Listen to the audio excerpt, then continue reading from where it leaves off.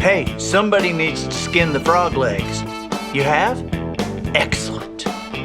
Good morning, afternoon, or evening. You are listening to The Professional Noticer.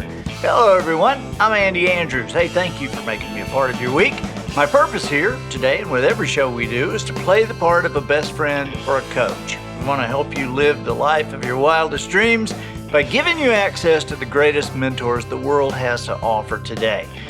This week, the Professional Noticer is sponsored by Books for Veterans. The Veterans Administration in Washington, D.C. has asked for 10,000 Andy Andrews books, and I'm personally donating as many as I can, but to reach 10,000, I need your help. What we're able to do to make that easier for you is for every $10 donation you make, a hardback book will be sent to the VA for the veterans, for their families, and for the employees of the VA. That $10 will cover the cost of the book, the shipping, the handling, everything. So whether you can make this a personal gift or a corporate donation, just go to andyandrews.com/veterans. This can be added to a website purchase or done as an individual entry. So thank you very much for your support. Observations and answers, that's what we do here on the Professional Noticer. And we love it when somebody comes to the table with both. And we have that today. We have a person that I have not seen in a long time. She is accomplished on many different levels and has lived a very interesting life so far. I think that'd probably be a good book title for her, Her Life So Far.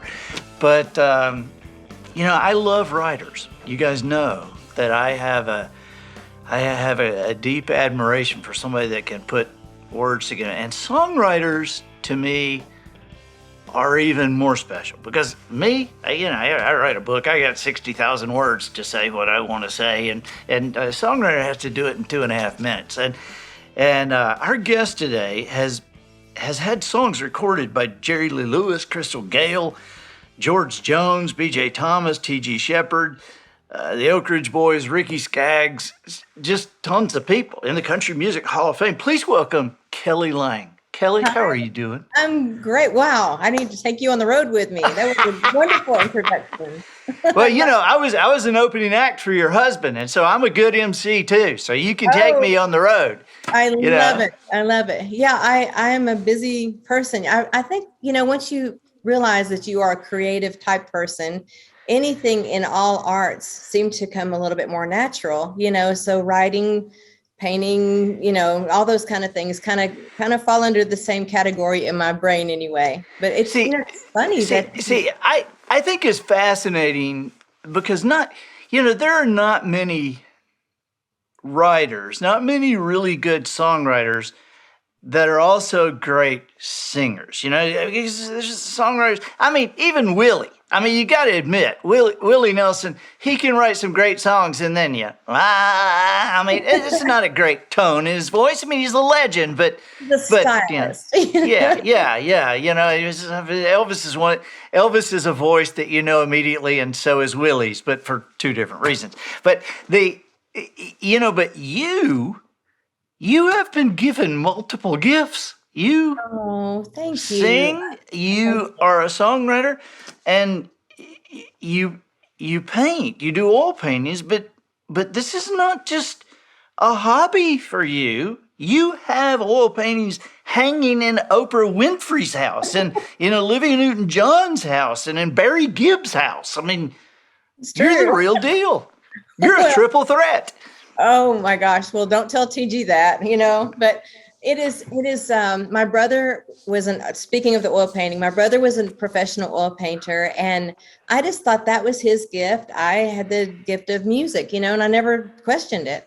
And TG bought me an oil painting kit one year, and he said, I think you should try this. And I was like, so those that don't know, TG wrote the theme song for Folgers. The best part of waking up, is Folgers in your cup. Really? So being that he wrote that, I painted him a little aerial view of a coffee cup. TG, can you grab that for me? I'll show it to Andy. Yes, dear. And by the way, she's married to T.G. Shepherd, Yes, so I am. I am. who is the only roller skating football player that I know still Right. living. Yeah. Hey, you know what? That's really a cool thing. But anyway, long story short, I painted this, and as is my first painting, when I went to get it framed, the lady says, "Oh, I would love to buy that," and I'm like, "Oh no, you cannot," because this is for my boyfriend at the time. But I painted this, and she asked me to paint her another one. Wait, And wait, wait, wait. Hold that back up. Hold that back up. You did not paint that. yes, I did. That's my first painting I ever did. Oh my God. I mean, your first painting, my first painting went on my mother's refrigerator. And I had to tell her it was a bird. Oh yeah. But anyway, that led me to, hey, I could make money at this. So I started painting more and more. And um, a friend of mine happens to be Barry Gibb, and his wife and him had beautiful dogs. And one of them that had passed that, in that time era time. But I painted their dog for them as a gift. And then they hired me to do all of their dogs. And then Olivia Newton-John saw them, and she said, I need them in my house. And it's just funny. The Oprah thing, I was pitching a show that I had a pilot on to the own company. And the gentleman that got her started many years ago, he says, paint her dog. It would really, be a wonderful thing for her. And so she loved the dog, didn't love the show. You win some, you lose some, Andy. But hey, I can say she's got one of my paintings, so it works, right? Oh my gosh, that is incredible. Now I'm assuming that you knew you could sing before you figured out how to write. Well, actually, no. I was 6 years old when. Well, let me go back a little. My Oh my dad. gosh, your first painting was this coffee cup that looks like it belongs in a museum, and you wrote your first song when you were 6. Okay, keep going. But patience here. So my dad was Conway Twitty's road manager, and so I grew up around the music business from a little girl. And I remember Delta Dawn was really big at the time, and I was taking a bath, and Delta Faucets was in front of me. This is how kooky my brain is.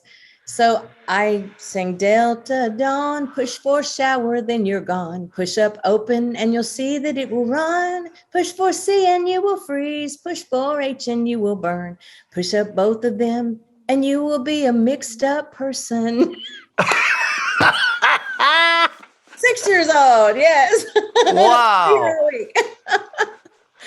So that was the beginning. And, being around Conway a lot, I just had this backstage pass to seeing all these fans adoring him and feeling the guitar beats and drum beats in my little tiny girl chest. And I was just so fascinated by this mirror ball that would go around and these people would scream. And I thought, I gotta have some of that. So I don't think I was the greatest of vocalists at the time, and growing into it, I wasn't the most talented, but I honed my craft because I just loved the business so much. And lo and behold, I think my voice has caught up with me, and it's been a journey, really.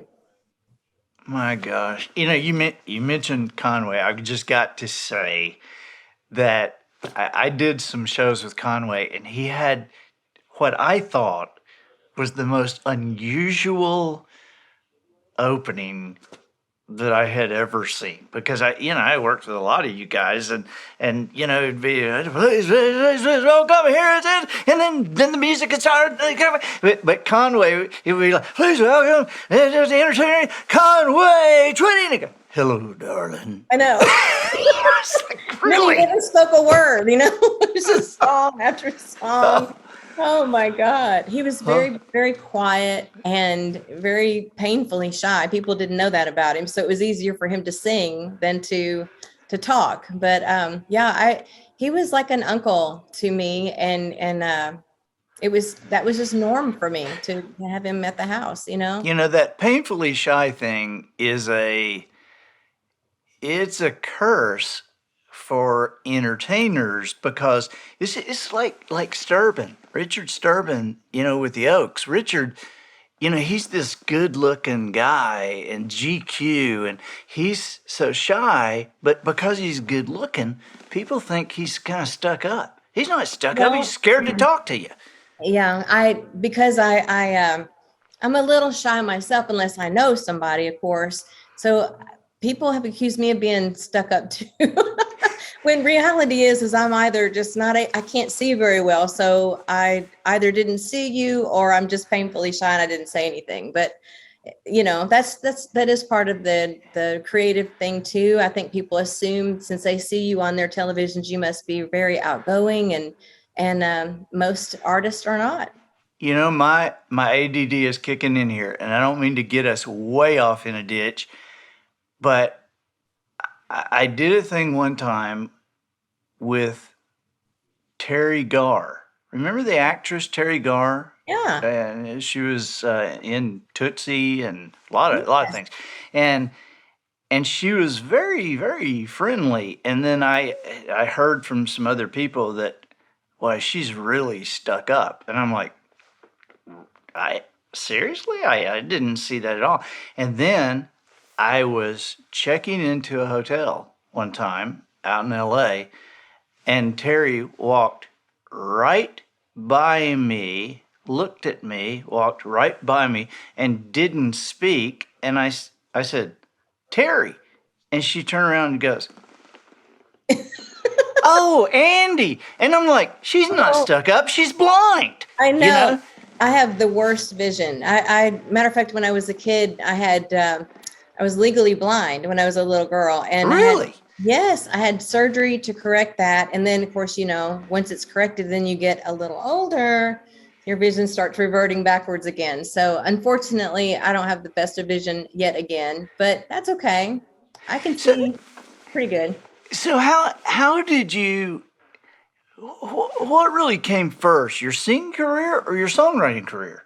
Singing career, really, more than anything, because I didn't hone in on my writing career until probably mid 20s. And I did Star Search with Ed McMahon and did a lot of things on Nashville Network. I believe you and I were on a Nashville Now show or something. Right, right, right.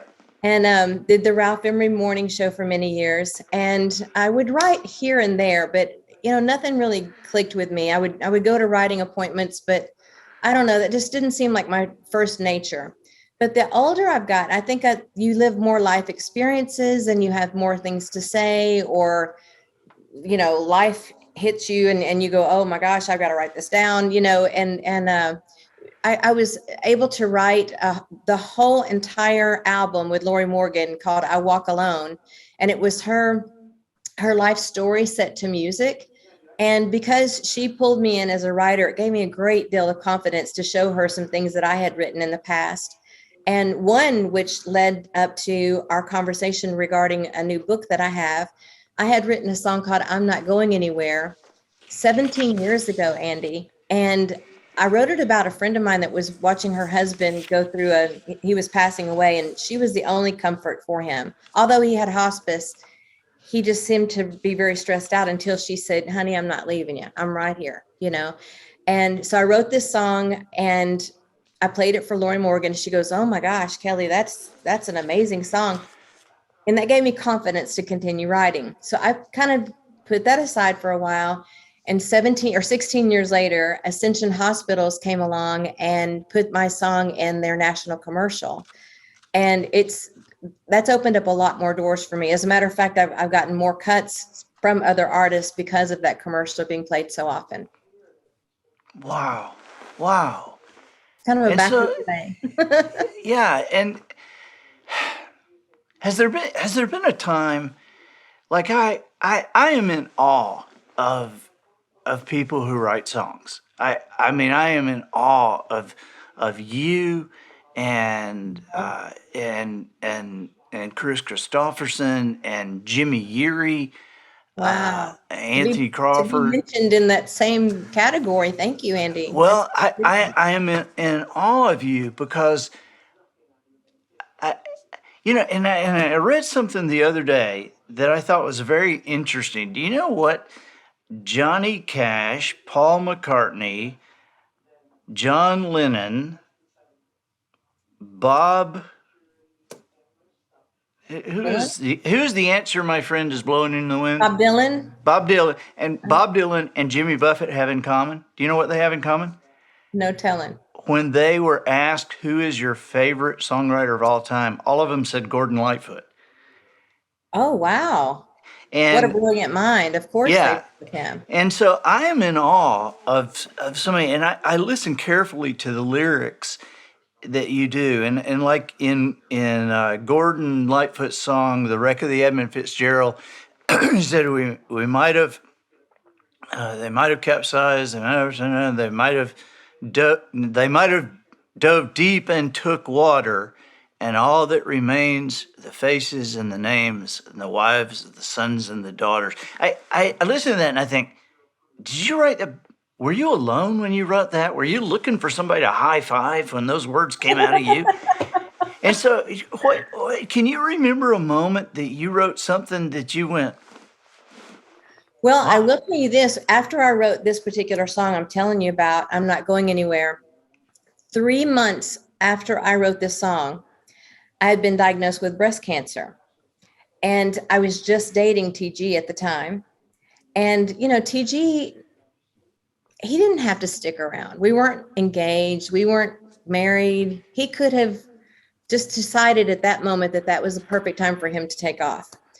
One day he came into my apartment or condo, and I didn't realize that he was there. I had let myself be very raw. I had not shown anybody my bald head or my no eyebrows or anything at that time, especially not him. I didn't want to be, somebody that was really not attractive for him at this point. And he caught me crying and sobbing, actually wailing, and he wrapped me up in a white terry cloth towel or a robe and pulled me down on his lap, and he started kissing my green bald head. And he says, "Baby, I love you. I'm so sorry you're going through this." And I said, "TG, it's just best for you to go. I'm not going to make it. I'm not going to make it." And he says, "Kelly, you're the most beautiful woman I've ever seen in my life. I'm in love with you, and I'm not going anywhere." So he shared my same words back to me that I had just written. And that was a moment that it was just like a vortex. I was like, I needed those words so badly. And from that moment on, he went to every appointment with me. And he even sat in MRIs with me and held my hand and sang to me while I was going through MRIs. And, just to have somebody by your side, the words don't describe actions. I think actions speak way louder than words. But that particular song was really, I was high-fiving myself at the time because I needed to hear it. It was very special. wow. Now you have a book. Tell me about the book. I Tell me did. about the book. Well, during my breast cancer journey, I was 36 when I was diagnosed, and I had little girls. They were 5 and 9. No, they were 9 and 13 at the time. And I I just kept thinking, oh, this is just going to be a really bad ending. I'm just so depressed about this. So I went to the doctor, and I said, how bad is this? And I said, is this Hallmark movie bad where I need to do a video or, she goes, yeah, you'd be good to write notes to your kids. And I'm like, oh my God, I was just Oh, with her, oh, and she did entice me to write down notes. So I kept a journal kind of thing of all the questions that I had or specific things that I went through. And I just put the notes away. After a while, I was like, I don't want to talk about it or see or think about it anymore. So fast forward to the pandemic. We were cleaning out the garage. It's the first time I ever got TG to do anything around the house. He had no excuse at this point. So I'm like, can you please help me clean out the garage? It was a great thing because I found all those notes, and a friend of mine, she said, "Kelly, I dreamed that you wrote a book and it really helped a lot of people." And I said, well, that's weird because I found all these notes in the garage about my breast cancer story. She said, that's a perfect starting place. Start there, go backwards to, how you began, and then go forward to what have you learned and how can you help people? And so we came up with my book, I'm Not Going Anywhere, entitled after the song that I was sharing with you. And it's one thing I'm excited about, Andy, I think you will find interesting. After every chapter, there is a QR code that you can actually use your phone and scan with your phone camera, and it will take you to videos that correlate to what you just read. Like there's Oh videos of me on my Star gosh. Search. Yeah, there's videos of me just talking about doctor's appointments or my relationship with TG. And I was really, see, that's how I would felt about What a great idea. I've never heard of that being done in a book. bam. Now you have.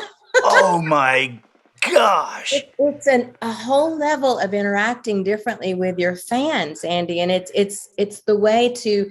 I'm a visual person. I love photos, and I couldn't cram enough pictures in this book because I had some really special ones. But it gave me the opportunity to take it to another level and show people physical video and get to know me on a personal level if they'll take the time to look into those.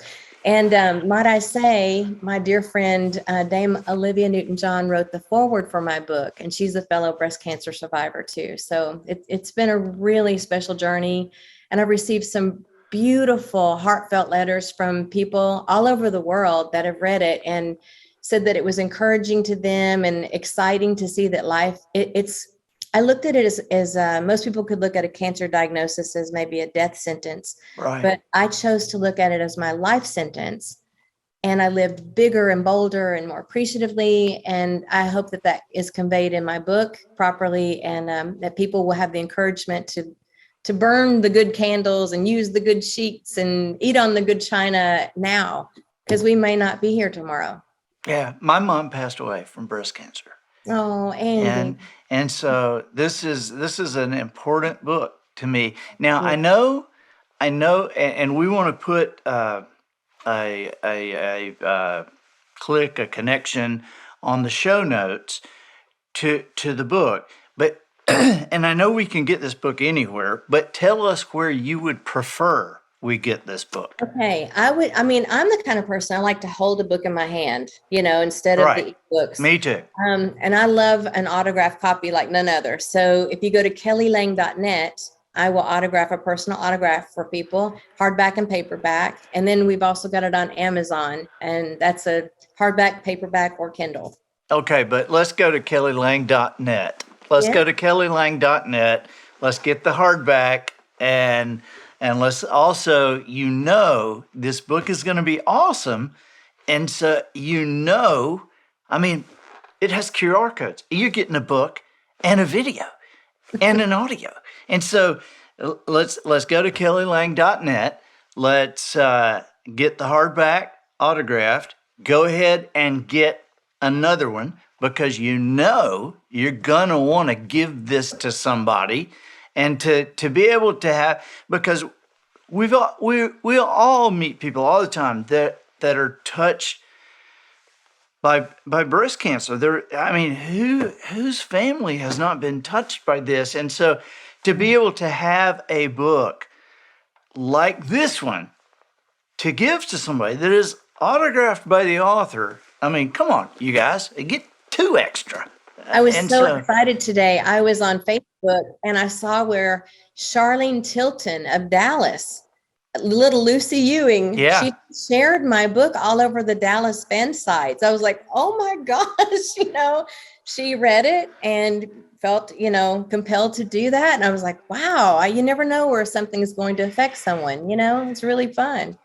Well, we just reconnected this week. After talking to TG, and so I haven't had the opportunity to read it yet. But this will go to the top of my stack, and Thank you. I cannot wait to read it. If you could pick a favorite song that you had written, and I know you would say I'm not going anywhere probably, but what would be one that, like I have the best-selling book that I have is The Traveler's Gift, and the next best-selling book is The Noticer. Way down on the list somewhere in sales is The Heart Mender, but that's my favorite book that I've written. Okay. Why is that your favorite? Well, I think the story and the theme of forgiveness. I see people read that book and their lives. I had a guy tell me one time. He ended up sitting at my table at this event and found out that I was the guy who wrote this book, and And so afterwards, he and a younger man, this guy was about 70, and a younger guy who was like 45 or 50, were standing there, and they introduced themselves, and he said, "So you wrote The Heartmender?" And I said, "I did." And he said, "Well, this is my son, and somebody gave me that book, and they gave my son that book, and Mhm. neither of us knew the other was reading it, and we had not spoken to each other in 11 years. And after reading that book, we're together." And so Oh, that book, it is something special, and the story is great, and so I just like it better. And so, what song would you look at and you go, "I wish everybody would hear this"? well, there's two.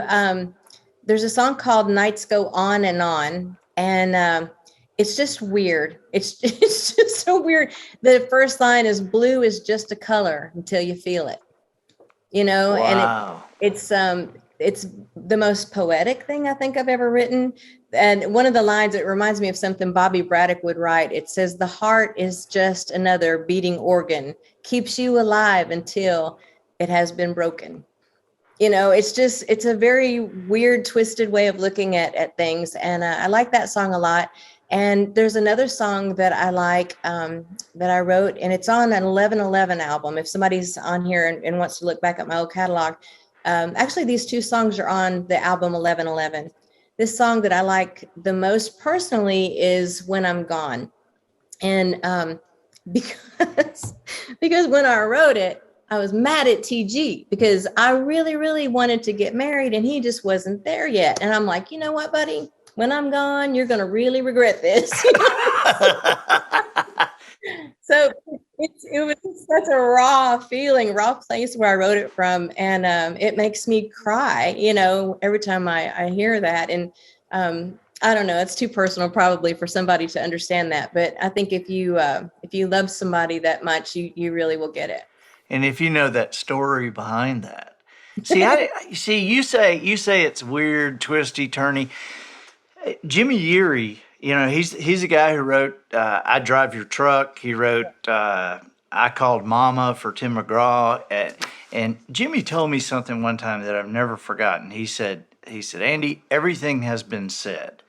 He said, "So we figure out a different way to say it, and Mhm. we figure out a way to feel it instead of hear it." And he said, "I can say I loved my daddy, and you know what that means." He said, "But when I say I love the man who taught me how to fish, Mhm. that's a different thing." And I've always remembered that. And so when you talk about those weird, twisty words and a different description, a Yeah. different way of thinking, that's what you There's guys do. another song I wrote called "If You Knew," and it was like, if you knew it was the last time you'd taste your mama's cooking, but you'd savor every bite and ask for more. So there's different ways of saying how you love somebody and how you would miss them. If you knew it was the last time it's just talking about, like, if you knew, how would you do things differently? If you knew Right? that was an angel sitting there on the side of the road holding up the sign, would you let him in and you take him home, or would you pass him up and close your window up? So it's all about that kind of feeling. So that's on that 1111 album as well. It's an older album, but it's some of my favorite songs that I've been involved in. So check it out. I'd love for you to see it. Wow. So, the idea, and you're not a triple threat, you're a quadruple threat, because Oh, the painter, the songwriter, the singer, the author. And so, Andy, I've got to share something else with you because you'll appreciate this. tell me. I also have an alter ego named XOXO, and she has been on Huckabee before. And I am, you would not recognize me. I look nothing like this, but you have to go to XOXO Country on YouTube and check out these videos.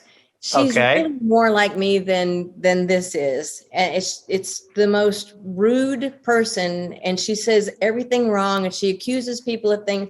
There's videos of me like with Ricky Skaggs in the grocery store, and Lori Morgan and William Lee Golden of the Oak Ridge Boys, Scott Hamilton on ice, and it's just she look it up. It's so silly, but that's how I enjoyed the type of humor that XOXO is. So that's another one of my parts of the pie. I am gonna see that now.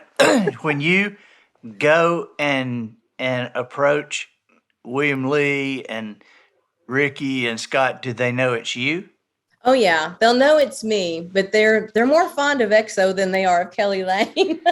Because and the reason I asked that, I every time I see Ricky Skaggs somewhere or think about Ricky or hear one of his songs, Ricky and I were doing a thing one time together, and we ended up well, it was a cruise. That's what it Oh was, yeah. and so we ended up on one of those private islands where they dump 2,000 people to be private, on an Yeah. island, and my wife and I were wading around in this water that was about I don't know about waist deep and very clear water, and there's a million people around us, and we're kind of thinking, we need to go back to the ship, and this guy is like snorkeling, and he's like snorkeling close to us, and like too close. I mean, In your just bubble, huh? yeah, where you're kind of going, come on, and you back away, and then he keeps coming, and he just like nudges me, and I'm looking at my wife, it's like, oh, what is going on? And finally, this guy comes up, and his hair is all over his mask, and he says, "Do you like cheese?" And we've all been approached by people who we don't know what they're talking about. Oh yeah, You that's know, what EXO is like. yeah, I mean, we've all been approached by people. I can't tell you how many times I've had people say, "I just loved you on Hee Haw," and I'm like, "Yeah, thanks. I've never been on Hee Haw in my life." But this guy comes up out of the water and goes, "Do you like cheese?" I said, "Yes." He said, "I like cheese. What kind of cheese do you like?" And I'm like, where can I go? And this guy gets closer to me, and I step away, and he goes, "I like Kraft cheese." And I'm like, I'm just like, please, God, just open up a hole and suck me in. And and then this guy takes off his mask, and it's Ricky. And I'm like, No way. oh my Oh, God. he's I said, got I wanted to hit him, but every time I think of Ricky Skaggs, Mr. Country Music Hall of Fame, I always think, do you like cheese? that is so like him that people think he's some serious, very, very straight-laced guy. He's got a great sense of humor. Oh my gosh. I was dressed up in this god awful. It's a jet black wig, little red cowboy hat, every leopard zebra print you could possibly put on. And I met him as a fan, stalker kind of person in the grocery store, and he had toilet paper in his cart. And I go, "Ricky Skaggs, you use toilet paper?" It's so stupid, Andy. You have to see him. I mean, you have to We be in the got right frame of mind. we've got to link. Hey, make sure we link to XOXO in the show notes. All right, Oh we my got. gosh. So one last question. One last question. With somebody whose bucket is as full as yours, is there anything on your bucket list? What a great question. Yes. As a matter of fact, I have just begun, and I would want to lean on your advice on this. I have been doing speaking engagements, and I'm really loving them because it gives me the opportunity to not only speak, help people, talk about my book, but it also allows me to put the physical with the books and the singing and comedic parts. I have a little bit of the video of EXO with Huckabee on there, and it's helping you reach hearts. That's my big goal, is to reach hearts. And fame and fortune, that's just the part of what we do, obviously, but the reaching of hearts and letting people know that they're not alone, and there's that somebody cares about them really matters to me. And I'm hoping to do more speaking engagements this next year and help more people. Okay. Well, then you and I must talk. All We right. must. TG has my cell phone, and and I will connect some way, but let's talk because I can help. And I would I love that. listen. I would be honored to help you get in front of anybody. So Well, thank you. I feel like it's just a natural next step for me. I feel very comfortable in front of a crowd to do that and share my story, and it really, it's more fulfilling to me than just, hey, here's my new album. It just right, makes a difference. sure. You can really connect with somebody. Well, thank you, and thank you for your time today. I can't tell you how much I appreciate you just spending the time with us. This Well, it's a highlight of my day. Are you kidding? well, I loved it. Thank I don't know you. about that, but I do appreciate you being here. Give our love to TG, and you and I will talk very soon. I would love that, Andy. Thank Okay. you. Thank All you right. for all you do for people. Thank you. Bye bye. Bye-bye. I'm Andy Andrews, the professional noticer, harnessing common sense and wisdom to plow through challenges all the way to an answer for you. And I think that'll do it for this week.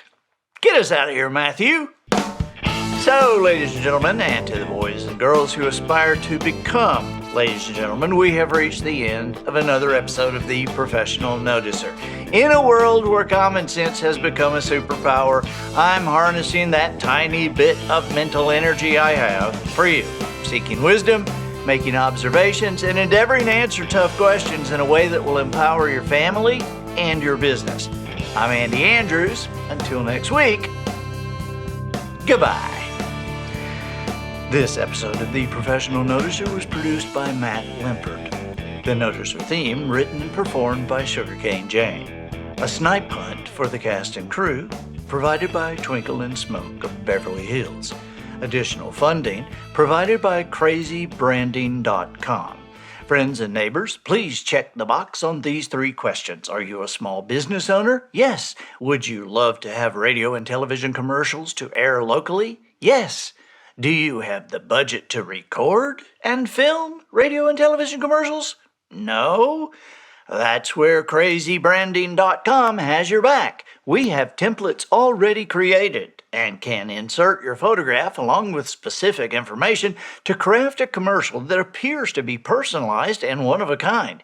Is your name Larry? Well, now you are Crazy Larry. Do you own a gas station? No, you own a petrol emporium. Are you having a sale? No? Let crazybranding.com ramp up that language as well. From a description of your location to the time you've been in business, from the hours you open and close to the services you offer, crazybranding.com has a template to fit your needs. Simply contact us, fill out a brief questionnaire, and the next thing you know, you'll be on the air with a classic like this. It's finally happening, and it's happening at Crazy Larry's Petrol Emporium. Do you need gas? Drive over now, because if anybody has gas, it's Crazy Larry on the western slope in the nice part of town. From way before daylight till way after midnight, Crazy Larry's red neon gas pumps can be seen for miles around. Coffee for 10 cents, donuts for a nickel, and gas for $1 a gallon. Head there now to Crazy Larry's. Our prices are insane. crazybranding.com, a subsidiary of the Ray Charles Driving School.